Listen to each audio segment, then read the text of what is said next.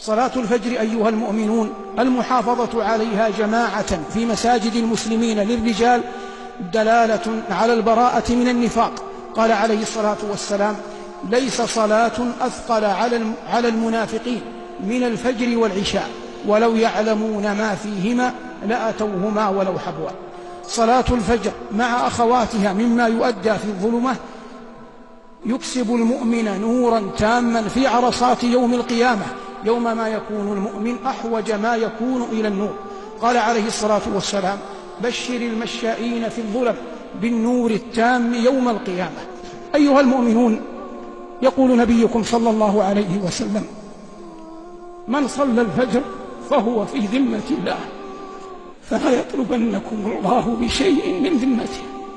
إن أعظم ما يقف به المؤمن على هدي محمد صلى الله عليه وسلم أن يعلم أن النبي عليه الصلاة والسلام مات وهو محافظا على هذه الصلاة وغيرها أعظم حفظ، حتى إنه قال في السنة القبلية التي قبلها: ركعتا الفجر خير من الدنيا وما فيها.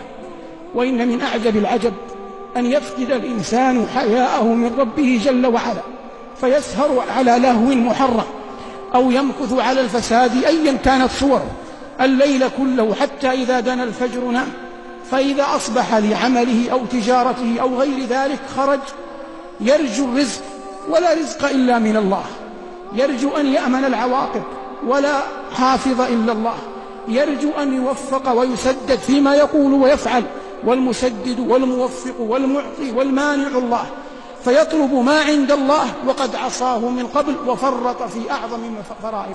يقول الله تبارك وتعالى: أمن هذا الذي هو جند لكم ينصركم من دون الرحمن إن الكافرون إلا في غرور، أمن هذا الذي يرزقكم إن أمسك رزقه بل لجوا في عتو ونفور، أفمن يمشي مكبا على وجهه أهدى أمن يمشي سويا على صراط مستقيم.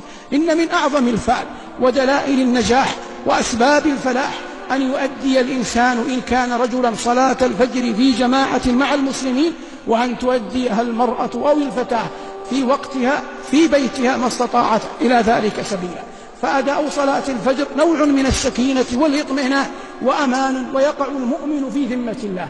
وليس المراد أن يكون المؤمن في ذمة الله أنه لا يصيبه أذى، هذا لا يمكن أن يثبت لا عقلا ولا نقلا، فإن النبي عليه الصلاة والسلام صلى الفجر يوم أحد ومع ذلك كسرت رباعيته وشج رأسه وأدمي عليه الصلاة والسلام. ولكن المقصود أن الإنسان إذا بقي يبقى على خير وعافية، وإن قبض يقبض وقد كان في ذمة رب العالمين جل جلاله، والله تبارك وتعالى خير الحافظين. وكل سبب أدى إلى المحافظة عليها يجب أن يشرع المؤمن ويسعى إليه، وكل سبب أعاق عنها أو حرم منها أو منع إياها فيجب على المؤمن أن ينأى بنفسه عنه ويتجنبه، لأنه لا جمع بين الاثنين، لا يمكن أن يتم الأمران سويا.